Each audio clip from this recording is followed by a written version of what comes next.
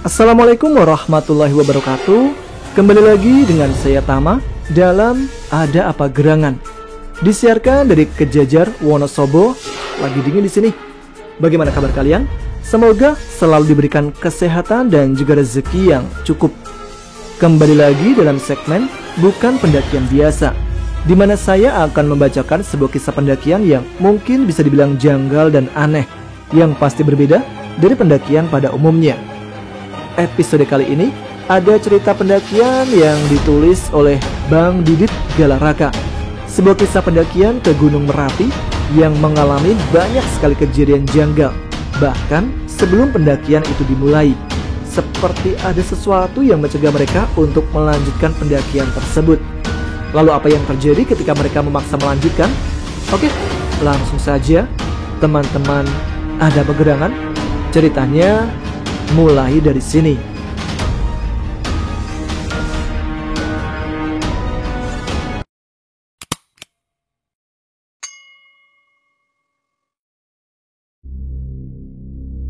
Suryana Pradipta, itulah namaku. Nama yang menurutku terdengar sangat bagus. Dipta, begitulah orang tua dan teman-teman memanggilku. Entah dari mana inspirasi orang tuaku di 29 tahun yang lalu, sehingga mendapatkan nama yang kini menjadi identitasku. Mencari arti Pradipta di belakang namaku itu, aku berprasangka baik. Kalau maksud orang tuaku memberiku nama itu, mungkin ingin aku bermanfaat bagi setiap orang di masa depan. Dan mungkin teka-teki arti namaku ini akan terkuak di dalam kisahku yang akan kusajikan kali ini. Selama aku menjalani masa sekolah, tak pernah terfikirkan sedikit pun dalam benakku kalau aku ternyata harus mencintai salah satu kegiatan alam yang sangat menantang, mendaki gunung. Ya, mendaki gunung adalah hal ekstrim yang kucintai kemudian, yang tak pernah kubayangkan sebelumnya. Tepatnya saat aku mengenyam masa kuliah, aku diracuni oleh Yoyo, teman sekelasku, untuk mendaki gunung bersamanya. Dip, lihat nih, bagus-bagus banget kan pemandangannya? Masih kuingat racun Yoyo yang pertama ku terima ketika kami masih berada dalam kelas dengan mata kuliah komunikasi data. Untungnya, Pak Yudi, dosennya yang terkenal galak itu, tidak menyadari kalau aku dan Yoyo tengah memperhatikan hal yang lain dan mengacukan mata kuliahnya yang sedang berlangsung. Di mana itu, Yok? Tanyaku berbisik penasaran, menandakan racunnya sudah sedikit menembus sanubari. View puncak Cikuray, bro, jawab Yoyo seraya melebarkan senyumannya. Kesana yuk, lanjutnya. Aku tidak langsung menjawab ajakannya.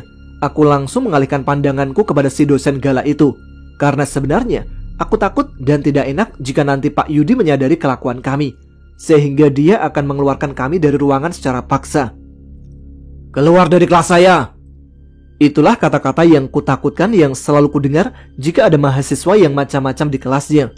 Aku hanya mengisyaratkan kepada Yoyo untuk melanjutkan pembicaraan setelah mata kuliah selesai. Syukurnya Yoyo mengerti apa yang kuisyaratkan. Di luar kelas setelah mata kuliah selesai, aku yang berhasil diracuni Yoyo langsung antusias menyambut ajakannya. Hanya saja aku masih tidak berani jika kami mendaki hanya berdua. Yoyo yang mengerti kekhawatiranku memintaku untuk mengajak teman-teman kelas yang lainnya. Dan ajaibnya, setelah aku ajak teman-teman yang lain, mereka yang ikut bertambah banyak. Total yang akan mendaki Gunung Cikuray menjadi 16 orang. 2014 menjelang akhir tahun adalah kali pertamanya aku menginjakkan kaki di tanah tertinggi di kota Garut itu. Bersama semua temanku yang ikut kala itu, semua terasa menyenangkan. Mendaki gunung bagai mengandung senyawa kafein yang dapat membuatku kecanduan dibuatnya. Semenjak itulah, aku semakin ketagihan untuk terus mendaki gunung-gunung yang lain. Bahkan, aku dan Yoyo dipercaya sebagai orang yang memiliki komando akan kegiatan-kegiatan pendakian di kelasku. Cikuray berlalu. April 2015, aku mengajak teman-temanku kembali untuk menyapa indahnya puncak tertinggi Jawa Barat, Gunung Ciremai. Gunung yang katanya terkenal angker seantero Jawa Barat. Sayang seribu sayang, sebagian orang yang ikut ke Cikuray sebelumnya tidak bisa ikut pendakian Gunung Ciremai, disebabkan oleh kesibukan PKL alias praktek kerja lapangan kala itu. Sementara aku dan teman-teman yang masih melakukan pendakian belum mendapatkan tempat untuk PKL. Muncak dulu, PKL kemudian. Itu motoku dulu, sehingga kami masih bebas menginjakkan kaki di mana saja. Tapi apapun itu, aku bersyukur karena saat pendakian Ciremai, aku tidak mengalami hal mistis sama sekali.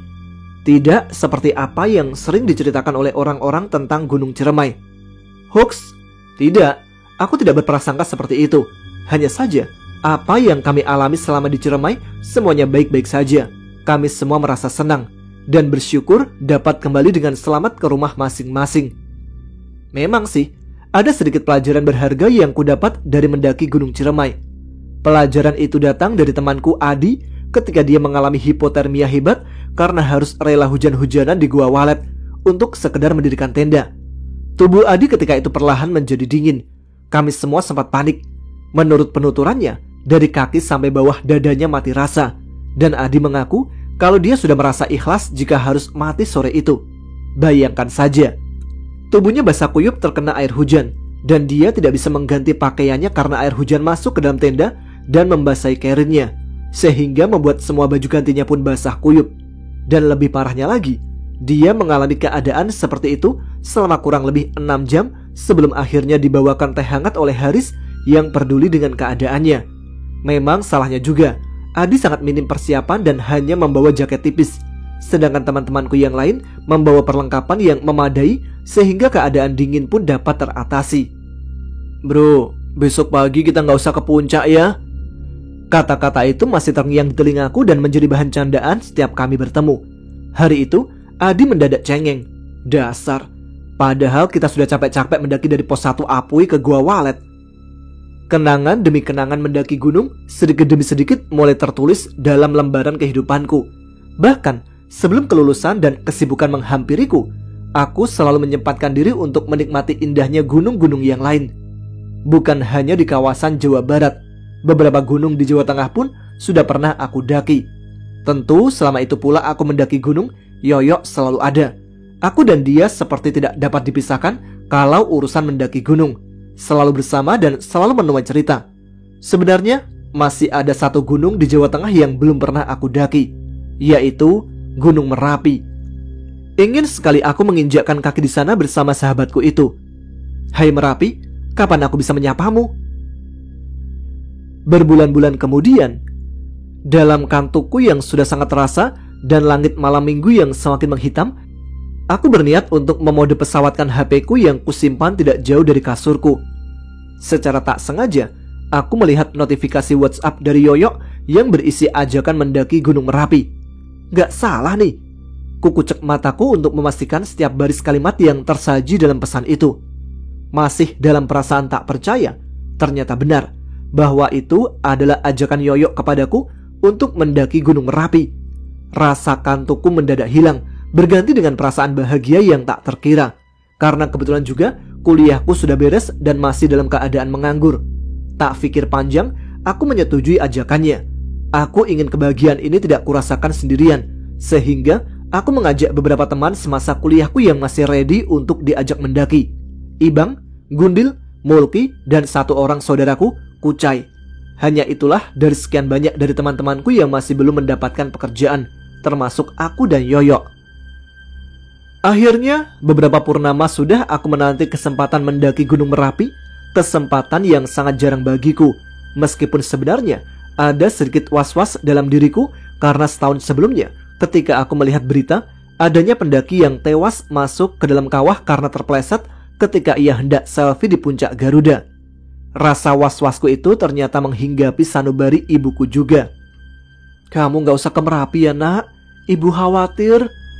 Bukannya aku ingin membangkang perintah ibuku, namun mengingat ini kesempatan langka bagiku, dan mungkin bisa saja ibuku belum mengetahui bahwa sebenarnya ada kiat-kiat bagi kita para pendaki untuk tetap safety dalam pendakian.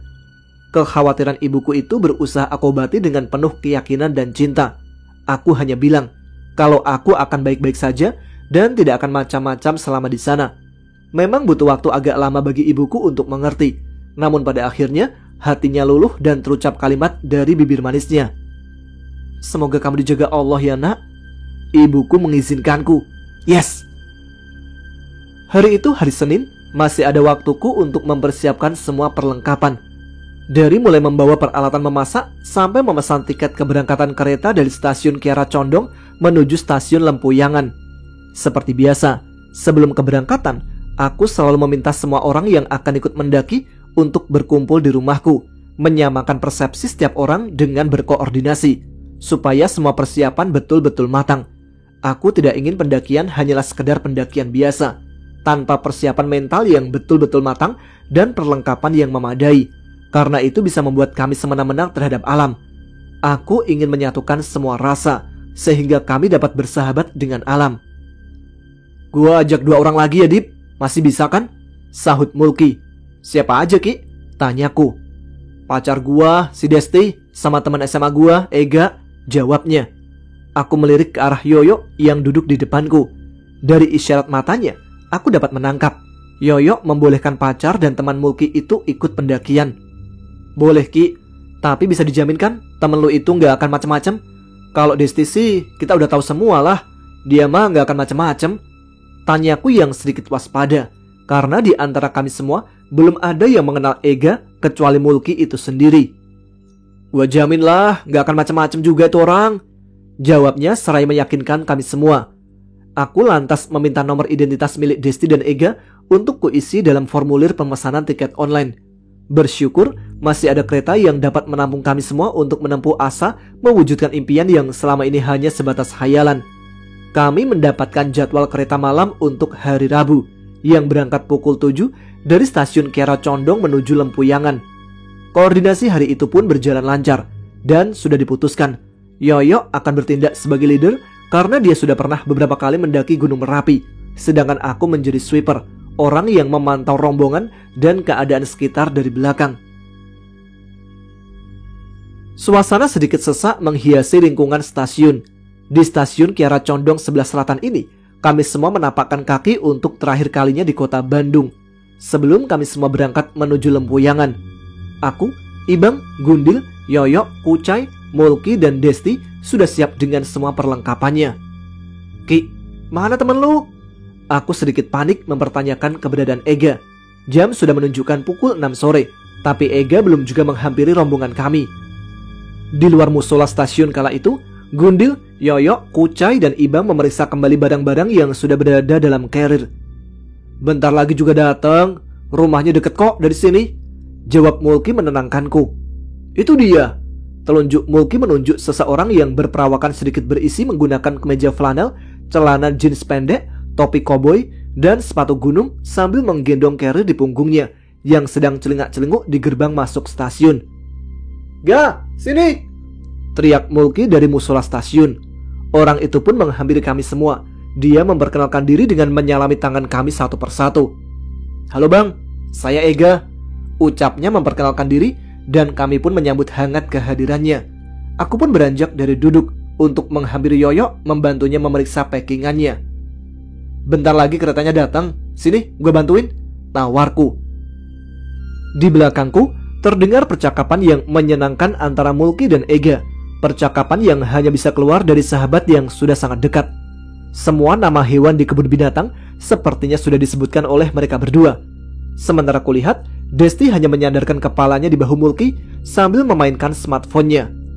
Percakapan antara Ega dan Mulki semakin lama terdengar semakin sensitif, sampai akhirnya ku dengar Ega berkata, "Di Gunung Merapi, kita bisa ketemu setan apa aja bro?" Kami berempat, aku, Yoyo, Gundil, dan Ibang, seketika berhenti mengotak-atik packingan, kecuali Kucai. Dia seakan tidak peduli dengan kalimat itu. Aku terkejut dengan apa yang dilontarkan teman SMA Mulki itu. Serentak, kami berempat menoleh ke arah Ega. Mulki yang menyadari hal itu segera menenangkan suasana. "Hus, lu gak boleh sompral ga?" pintanya pada Ega. "Udah, kalian lanjut aja lagi," lanjut Mulki. Kami pun membereskan semua logistik, berharap semua carrier dapat nyaman dipakai. Tidak lama, terdengar pemberitahuan dari pengeras suara stasiun bahwa kereta tujuan akhir Blitar itu akan segera masuk stasiun Kiara Condong. "Keretanya bentar lagi datang tuh, yuk siap-siap," seruku kepada rombongan. Kompak, teman-temanku menggendong carriernya masing-masing. "Bismillah dulu guys," ucap Mulki. "Ah, gak usah, kayak mau ngaji aja," haha, timpal Ega sambil mendahului langkah kami. Bismillahirrahmanirrahim, teriak Ibang dari belakang. Aku tahu dia sengaja berteriak begitu karena sudah merasa sedikit kesal dengan sikap Ega. Kenapa dengan teman Mulki itu? Apa dia belum minum obat? Kami semua berjalan masuk, membelah kerumunan yang menghalangi akses jalan menuju peron tempat kereta akan datang menjemput kami. Kami berjajar untuk menunggu kereta masuk stasiun. Terlihat dari kejauhan, cahaya lampu kereta yang semakin lama semakin mendekat membuatku tidak sabar ingin segera menumpanginya. Duduk manis menunggu pemberhentian di stasiun Lempuyangan. Adrenalinku terus terpacu karena membayangkan langkah kaki ini meniti setiap jalur pendakian Gunung Merapi, sehingga dinginnya kota Bandung tidak terlalu bisa aku rasakan. Di samping rasa bahagiaku ini, aku harus tetap waspada kepada Ega, karena kesan pertama yang aku dapat tidak begitu baik kepadanya. Terhitung sudah 2 kali dia membuatku tidak nyaman. Kurasa teman-temanku yang lain juga merasakannya, terutama Yoyo. Walaupun dia sedikit pendiam, namun dia adalah lelaki yang sensitif. Lutut kami saling beradu satu sama lain dalam kereta. Tempat duduk yang saling berhadapan itu kami isi semua, kecuali Gundil dan Ibang. Mereka mendapatkan tempat duduk yang terpisah, tapi tetap satu jajar. Aku, Mulki dan Desti mendapatkan nomor duduk ABC 11. Desti memilih untuk berada dekat jendela, biar bisa senderan sana-sini, katanya sih ya. Yoyo, Ega, dan Kucai mendapatkan nomor duduk ABC 12. Sedangkan Gundil dan Ibang mendapatkan nomor duduk DE 11 yang tepat berada di seberangku. Sebagian karir kami paksakan menjejali tempat penyimpanan barang yang berada di atas kepala penumpang. Sementara sebagian lainnya terpaksa kami masukkan ke dalam kolong tempat duduk. Kereta api Kahuripan tujuan akhir Blitar membawa kami meninggalkan Bandung. Sejak keberangkatan kereta, aku melihat Yoyo yang duduk tepat di sebelah jendela terus melamun melihat keluar jendela gerbong. Woi, Yo, kenapa lu? Aku menepuk pahanya sedikit keras. Enggak, Dip. Yoyo terkejut. Kita ke toilet dulu yuk, serunya dengan suara yang sangat pelan. Aku pun beranjak untuk memenuhi permintaan Yoyo.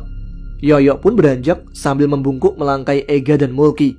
Sempat-sempatnya Yoyo menepuk paha Mulki seraya berkata, "Lo juga ikut?" Ada apa dengan Yoyo? Masa kita ke toilet bertiga? Pikirku. Ada yang mau gua obrolin, bisiknya, ketika dia berhasil melangkai Ega, Mulki dan Kucai. Aku yang terheran-heran dengan sikap Yoyo hanya bisa mengikuti langkahnya dari belakang. Kulihat Mulki bergerak malas. "Ki, buruan Ki," ajakku dengan paksa. Mungkin ada hal penting yang genting yang harus disampaikan Yoyo. Kami bertiga berjalan mengikuti koridor yang ada menuju ujung gerbong. Kok perasaan gua gak enak ya? Yoyo membuka percakapan dengan nada dan raut wajah menguratkan kesedihan. Itu cuma perasaan lu aja kali Yo, timpal Mulki. Tidak mungkin itu hanya perasaan selintasnya. Aku kenal betul sosok Yoyo. Dia adalah orang yang sangat sensitif. Kalau dia sudah berkata tidak enak, berarti memang akan terjadi apa-apa.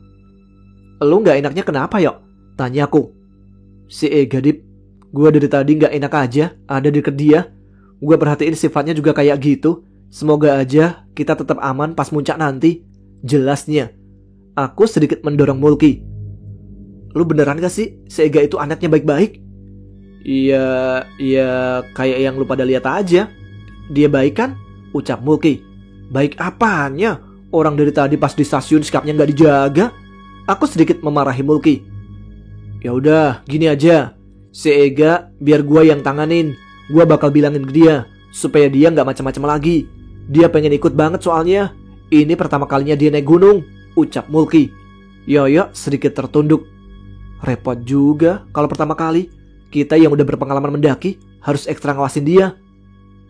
Lu tukeran aja duduknya sama si Gundil. Gimana Yo? Usulku. Boleh deh. Kami kembali ke tempat duduk. Kulihat Gundil tengah asik memainkan HP-nya. Bro, duduknya tukeran sama si Yoyo, bisikku ke telinga Gundil, memintanya bertukar posisi duduk dengan Yoyo. Gundil sedikit terkejut. Dia lantas menuruti permintaanku dan duduk di samping jendela gerbong berhadapan dengan Desti. Yoyo menjadi tepat berada di seberangku. Meskipun sudah bertukar posisi, kulihat beberapa kali Yoyo masih suka melamun. Udah Yo, santai aja, ucapku menenangkannya. Sudah beberapa stasiun kami lewati. Terhitung sejak masuk stasiun Banjar, kantukku sudah tidak tertahankan. Aku pun memasang alarm tepat pukul 3 pagi karena khawatir stasiun Lempuyangan akan terlewat. Dipta, bangun. Gundil membangunkan tidur lelapku. Apaan sih, Dil? Emang udah nyampe? Tanyaku dengan mata yang masih terasa berat untuk dibuka sepenuhnya. Namun kulihat jam masih menunjukkan pukul 2 dini hari. Tadi wak gua yang orang lokal sana telepon. Katanya mending jangan muncak pas malam Jumat. Orang-orang lokal juga katanya nggak berani kalau malam Jumat harus muncak. Jelas Gundil. Waduh, gimana dong? Mulki ikut terbangun. Satu persatu teman-temanku ikut terbangun, termasuk Ega. Ah, itu kan cuma mitos, Bang, saut Ega dengan gampangnya. Shh. Mulki berusaha memperingatkan Ega. Ya udah Dil, gini aja lah. Kita bikin simple. Daripada kita ambil resiko, gimana kalau kita jalan-jalan aja dulu di Jogja? Gimana? Kebetulan kita belum pernah kan jalan-jalan di Jogja? Usulku. Jalan-jalan aja ya, gak usah jajan. Salah Ibang. Mendengar usulku itu, semua menyetujuinya, kecuali dengan Ega. Raut wajahnya menunjukkan ketidaksetujuan dengan usulanku.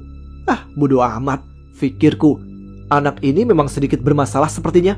Yang penting sebagian besar dari rombongan ini menyetujui usulanku. Jadi, mau tidak mau harus mau. Suara gerbong yang hanya ditemani suara ngorok di setiap penjuru dan suara gesekan rel dengan ban kereta membuatku terus terjaga.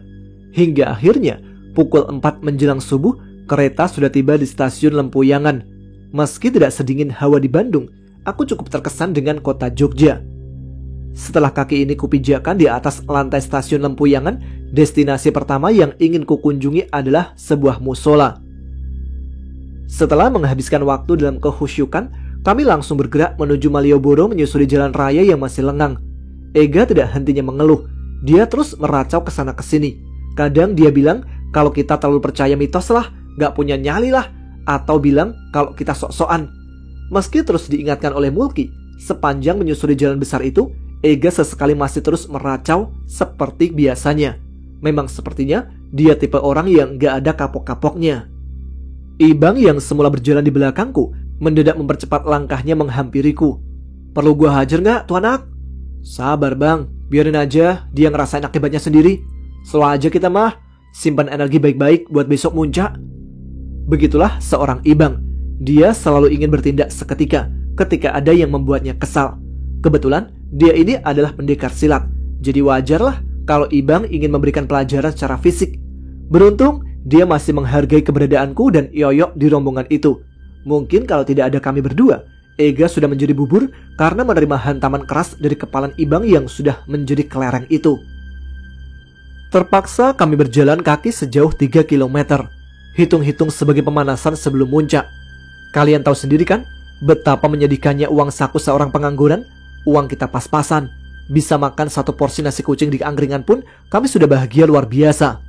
Tidak tahu kalau Ega, dia yang beberapa kali menunjukkan sikap yang tidak elok, apa dia bisa mengerti apa yang aku dan teman-teman rasakan? Atau malah dia hanya anak egois yang tidak mau tahu perasaan orang? Entahlah, hanya Mulki yang mengenal betul karakter anak itu. Lantas, mengapa kami tetap melanjutkan perjalanan untuk mendaki? Disitulah seninya. Aku, Yoyok, Gundil, Ibang, Mulki dan Kucai sudah sepakat ingin merasakan sedikit keberian hidup dari kegiatan-kegiatan pendakian yang kami lakukan. Supaya di masa depan, kami bukan termasuk orang-orang yang cengeng. Kalau kata Gundil, hal ini sering ia sebut dengan filosofi kuli bangunan. Surya dari ufuk timur sudah bersiap untuk menjalankan tugasnya. Udara panas khas kota Jogja perlahan mulai menggerayangi kulitku. Peluh tak terasa mulai bermunculan dari tempat peristirahatannya. Kami berjalan membuat barisan. Gundil berada paling depan, karena menurutku, dialah yang paling tahu jalanan kota. Diikuti Yoyok, Kucai dan Mulki yang memilih berjalan bergandengan dengan kekasihnya. Sial, terus saja mereka pertontonkan kemesraan. Aku yang jomblo bisa apa? Di belakang sepasang kekasih yang sedang dimabuk cinta itu, ada si anak bengal yang dari semenjak turun dari kereta, tak henti-hentinya ia menghisap rokok. Sampai oksigen yang kuhisap bercampur dengan asap yang ditimbulkan darinya. Di belakangnya, diikuti oleh Ibang dan aku yang berjalan berdampingan.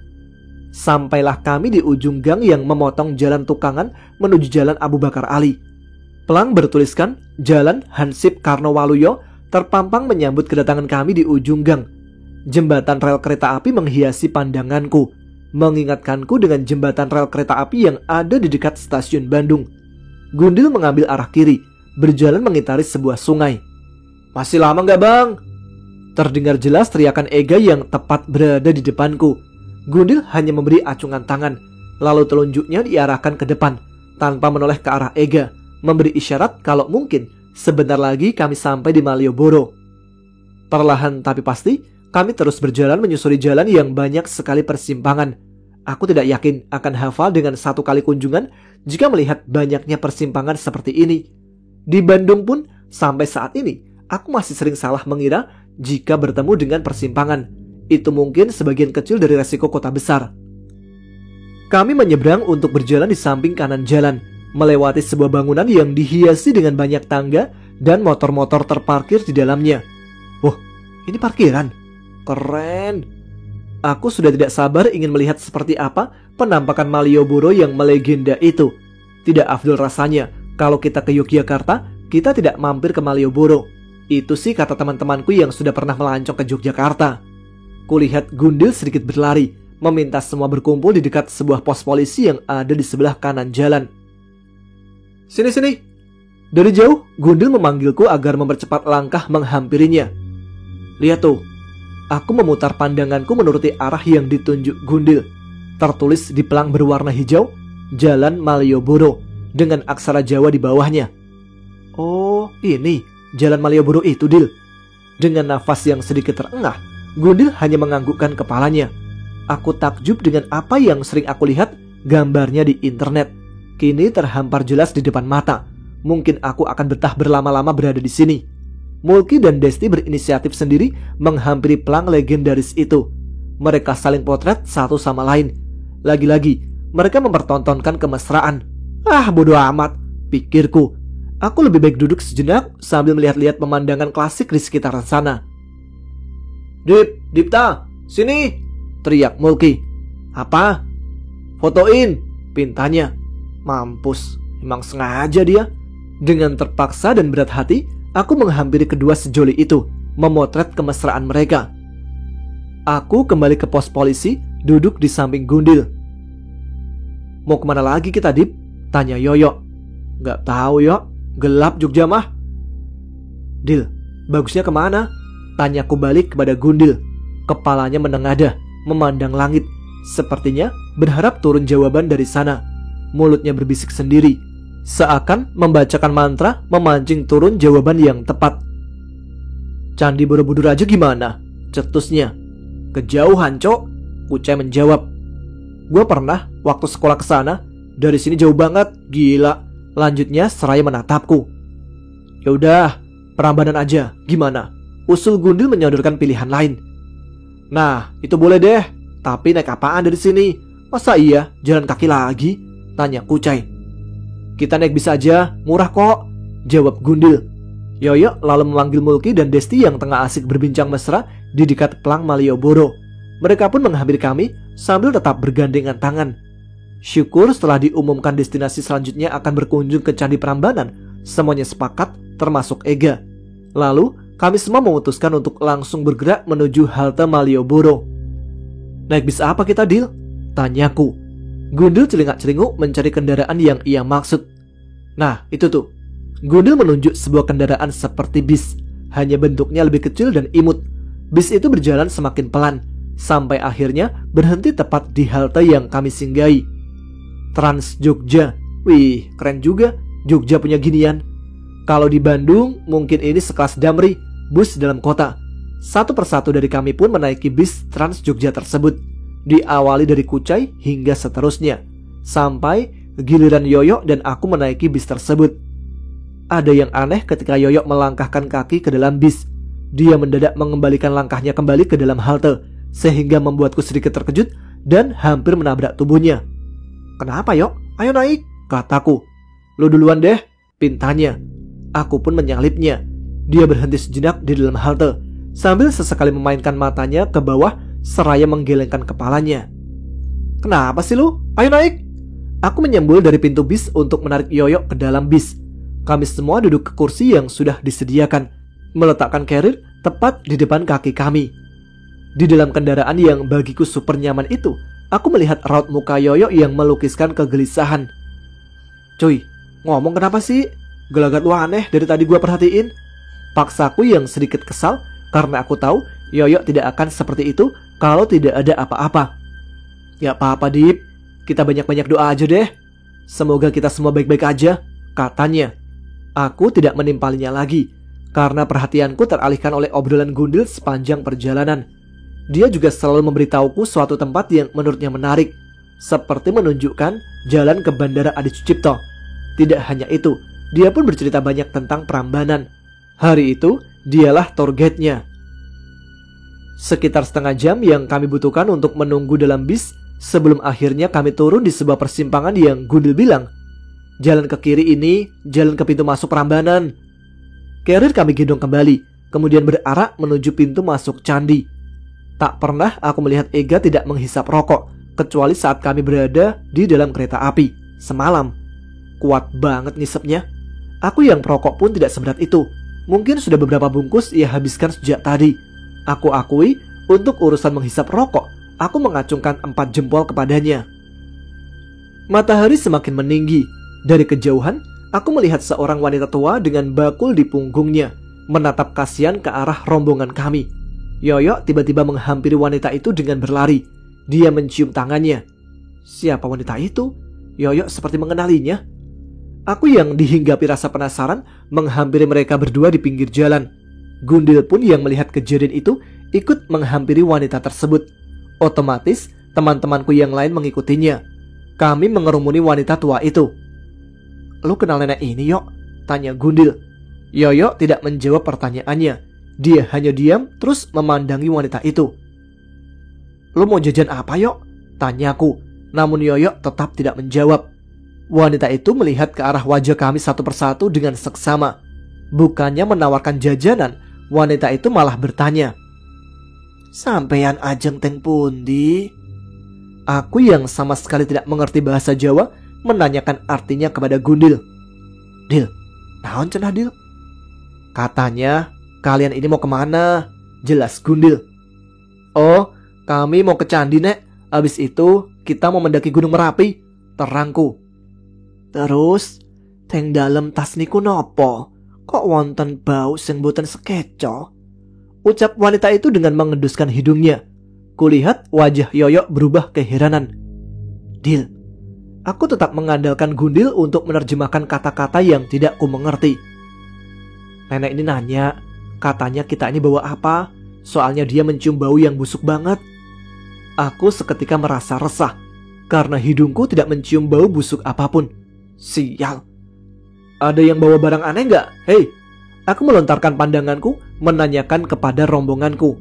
Aneh memang, mengapa aku tidak dapat menciumnya? Kemudian aku memerintahkan semuanya, termasuk aku sendiri, untuk memeriksa isi dalam karirku. Takutnya ada bekal makanan yang sudah membusuk. Aku dan Yoyo pun menyempatkan diri untuk memeriksa isi tas yang lainnya. Hasilnya tidak ada apapun yang berbau busuk. Wanita itu lalu pamit sambil berkata dalam bahasa Jawa, "Atos-atos, seumpami bau niku tesih wonten, boten usah ngarep sampean-sampean saged selamat. Mesti mangke enten sing dadi korban." Celaka kita, Dip. Gundil panik. "Apa katanya, Dil?" Nenek itu bilang, kalau bau busuk itu masih ada, jangan harap kita semua bisa selamat. Pasti ada di antara kita yang harus jadi korban, jelasnya. Hah? Apa maksud nenek itu? Kenapa kita tidak dapat mencium bau yang dia maksud? Ah, bukan di tas kali. Mungkin maksudnya bau badan kita. Kita kan belum mandi. Perkataan Ibang menurunkan tensi keresahanku. Memang sih, badan kami sudah tercium sedikit bau. Oh, ya udah, nanti kita mandi aja di rumah saudara gua. Nanti gua minta dia untuk jemput kita. Gundil menyarankan ide yang bagus. Bangsat, bikin kaget aja nenek tua itu. Ngomong aja belibet. Kalau cowok, udah gue hajar tuh orang. Ega menggerutu. Jaga omongan lu, Ga, seru Mulki. Kami lantas merapikan kembali isi carrier yang sudah kami acak-acak, menaruhnya kembali di punggung, lalu melanjutkan langkah kaki menuju pintu masuk Candi Prambanan. Kami terus masuk ke dalam menuju loket untuk melakukan administrasi. Setelah menyelesaikan administrasi, Kami semua berkeliling untuk melihat salah satu peninggalan di Indonesia yang paling bersejarah itu. Loh, Mulki sama Desti kemana yok? Aku menanyakan keberadaan Mulki yang mendadak hilang. Ke kamar mandi dulu katanya, jawab Yoyo. Kami pun melanjutkan melihat-lihat keindahan Candi Prambanan. Udara yang masih sejuk berseliweran di antara celah-celah tubuhku. Keren banget. Aku merasa takjub dengan apa yang aku lihat ini. Peradaban zaman dulu dapat membangun candi sekeren ini. Luar biasa. Dip, Desti sama kalian gak? Mulki menepuk bahuku dari belakang. Dia terlihat panik. Lah, bukannya tadi bareng sama elu ke kamar mandi? Iya, tapi pas gue keluar dari toilet, di luar dia udah gak ada. Gue cari-cari juga gak ada. Aku berusaha untuk menenangkannya. Lagi-lagi Ibang menghibur dengan mengatakan, dia lagi lihat-lihat ke tempat lain mungkin Ki. Mulki tetap tidak bisa tenang. Dia terus memanggil-manggil nama Desti sampai hampir meneteskan air mata. Aduh, kalau hilang beneran, gue mau bilang apa ke bapaknya? Udah Ki, mending sekarang kita berpencar aja nyari Desti. Saranku langsung disetujui oleh Mulki. Semua berpencar. Apapun yang terjadi, kita harus menemukan Desti. Dan setiap 1 jam, kita wajib kumpul di dekat patung tulisan Prambanan untuk mengabarkan info terakhir pencarian Desti. Aku memilih untuk melakukan pencarian ke area kamar mandi karena aku yakin Desti masih tidak jauh ada di sana. Aku mencari ke setiap sudut dan hampir berulang kali aku memeriksa sudut yang sama. Akan tetapi hasilnya masih nihil. 1 jam sudah aku berkutat di area itu. Ini waktunya untuk berkumpul di titik yang sudah aku tentukan sebelumnya. Siapa yang tahu, di antara teman-temanku sudah ada yang menemukan Desti. Aku berharap insting seorang Ibang yang kuat dapat mendinginkan suasana. Aku bergegas menuju titik kumpul. Namun dari kejauhan, kulihat wajah teman-temanku itu masih tampak lesu. Gimana? Udah ketemu? Tanyaku memastikan. Tapi semuanya kompak menggelengkan kepala. Kita cari lagi. Keburu siang ini. Desti harus ketemu. Pintaku. Sekarang aku berencana untuk mencari Desti ke area utama Candi Prambanan. Instingku yang lebih kuat memintaku untuk mencari ke sana. Entah kenapa, kali ini aku merasa yakin akan menemukan Desti di sana. Aku mempercepat langkahku masuk ke area candi. Ku naiki tangga menuju area itu dengan secepat kilat. Tanpa ragu, aku langsung melesat menuju Candi Siwa. Aku tidak mau terlalu lama berada di sini karena aku ingin menghemat tenagaku untuk pendakian Merapi. Ku naiki kembali tangga yang menjadi akses ke ruangan utama candi. Semakin atas aku menaiki tangga. Woi Dip, lu nyari kesini juga? Ibang mengagetkanku. Ternyata insting kuat Ibang pun menuntunnya ke tempat yang sama. Semakin atas kita menaiki tangga, samar aku melihat sepasang kaki yang dibalut celana jeans dan sepatu yang tidak asing bagiku. Tepat di samping kaki itu juga terdapat sebuah carrier yang tidak asing. Itu Desti, ucap Ibang. Aku mencoba untuk memanggil namanya. Namun Desti tetap diam, tidak menoleh sedikit pun. Aku lihat pandangannya terus menatap wajah patung Siwa di ruangan yang lembab itu. Aku dan Ibang mencoba untuk mendekatinya. Aku sedikit terheran karena tatapan Desti ternyata kosong. Dia hanya berdiri mematung seperti tersihir oleh sesuatu yang membuatnya takjub. Ku coba untuk menggoyahkan tubuhnya, namun tidak ada respon sama sekali. Bang, bawa carrier-nya. Aku buru-buru menggotong paksa tubuh Desti. Ada yang tidak beres. Kenapa Desti bisa seperti ini? Benakku dihujani pertanyaan. Pandangannya masih kosong, meski Desti sudah ada dalam pangkuanku. Matanya seketika tertutup. Tubuhnya seketika bertambah berat ketika kakiku sepenuhnya menyentuh lantai dasar area utama candi. Aku berusaha untuk tetap tenang karena takut ada apa-apa dengan Desti. Segera aku menghampiri titik kumpul untuk kemudian kutidurkan kepala Desti di atas pahaku. Yang lain belum menunjukkan batang hidungnya. Setengah jam sudah aku dan Ibang menunggu temanku yang lain dengan keadaan Desti yang masih pingsan. Dari kejauhan, teman-temanku itu berlarian menghampiriku. Jelas Mulki sangat panik melihat kekasihnya tergeletak lemas. Dia kenapa, Dip? Tanya Mulki. Gak tahu, gua sama Ibang tadi nemuin dia dalam ruangan Candi Siwa. Tatapannya kosong. Yok, minta kayu putih yok. Pintaku kepada Yoyo. Semua peralatan P3K ada dalam carrier-nya. Tanpa pikir panjang, Yoyo langsung segera melepas carrier-nya dan menyodorkanku sebotol kayu putih. Tiba-tiba, Sebuah tangan langsung menyabet botol kayu putih yang disodorkan Yoyo kepadaku. Sepertinya Mulki ingin mengambil alih menciumkan kayu putih itu ke hidung kekasihnya agar Desti cepat tersadar. Syukurnya tidak butuh waktu lama bagi Desti untuk siuman. Matanya terbuka sedikit demi sedikit dan menoleh ke sana ke sini seperti keheranan. Ia seketika bangkit dan bilang, "Orang-orang tadi kemana?" "Orang-orang apa?" Mulki langsung menyerobot. "Orang-orang kerajaan. Mereka pakai baju kerajaan sambil bawa sesajen," jawab Desti. "Udah, kita keluar aja yuk," seru Yoyo. "Katanya saudara lu udah di jalan mau jemput kita, Dil." Lanjutnya bertanya kepada Gundil. "Iya, gua telepon dulu ya, siapa tahu udah dekat," jawab Gundil. Aku masih kebingungan. Apa yang sebenarnya dilihat oleh Desti? Apa mungkin dia berhalusinasi? Ribuan tanya semakin menghujani isi kepalaku.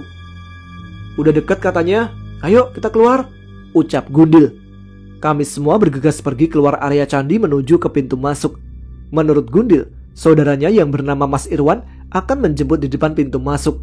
Desti dibopong oleh Mulki, sedangkan Kernya dibawa oleh Ibang, sang pendekar dari daerah Dago. Tidak ada kata yang terucap dari kami semua ketika berjalan menuju pintu masuk.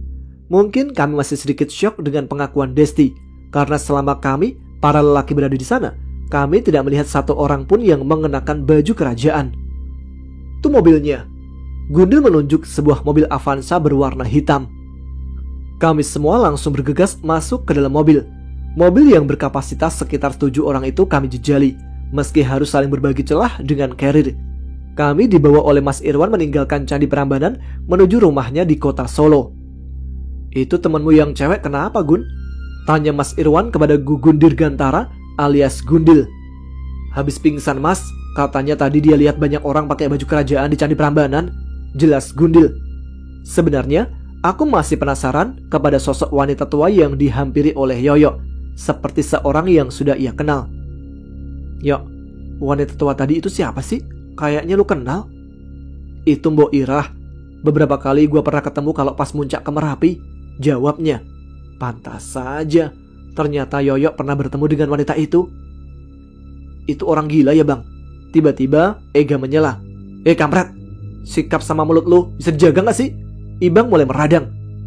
"Elu gue diemin karena gue masih ngehargain si Dipta sama si Yoyo di sini. Kalau nggak ada mereka, rahang lu udah ketinggalan di stasiun Lempoyangan tadi." Kepalan kelerengnya itu Ibang arahkan ke hadapan Ega. "Slow Bang, gue kan cuma nanya," ucap Ega dengan nada sedikit ngegas. Udah Bang, udah, tahan emosi lu," pintaku. Bahaya kalau Ibang sudah melayangkan pukulannya. "Dia cuma penjual jajanan biasa," jawab Yoyo dengan santai, tanpa menoleh ke arah Ega. Hawa panas dalam mobil perlahan diredakan oleh AC. Jalanan menuju tempat tinggal Mas Irwan terbilang lancar jaya. Enak nih kalau di Bandung kayak begini. Aku sangat menikmati perjalanan, namun tidak dengan Yoyo. Mukanya pucat dan tatapan matanya yang hampir kosong. Kresek, ada nggak?" Sepertinya Yoyo ingin muntah.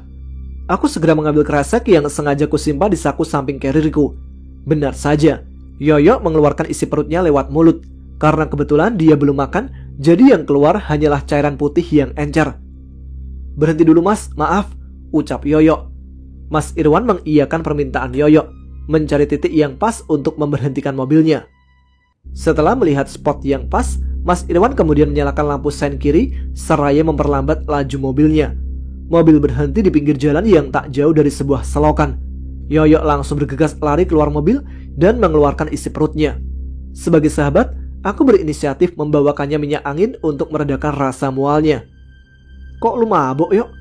Aku tahu Yoyo bukan orang yang suka mabuk kendaraan. "Gak apa-apa, ayo lanjut aja," ucapnya seraya membersihkan mulutnya yang basah dipenuhi cairan isi perutnya. Kami melanjutkan perjalanan. Tidak berselang lama setelah mobil melaju, Yoyo kembali merasakan mual. Terhitung sampai 5 kali Mas Irwan harus menepikan mobilnya di tepi jalan. Padahal keadaan jalan waktu itu tidak terlalu ekstrim seperti jalan gentong yang ada di Garut. "Udah deket kok, Mas bawa mobilnya pelan-pelan aja ya," ucap Mas Irwan. Semua orang masuk ke dalam mobil, kecuali aku dan Yoyo yang masih ada di luar.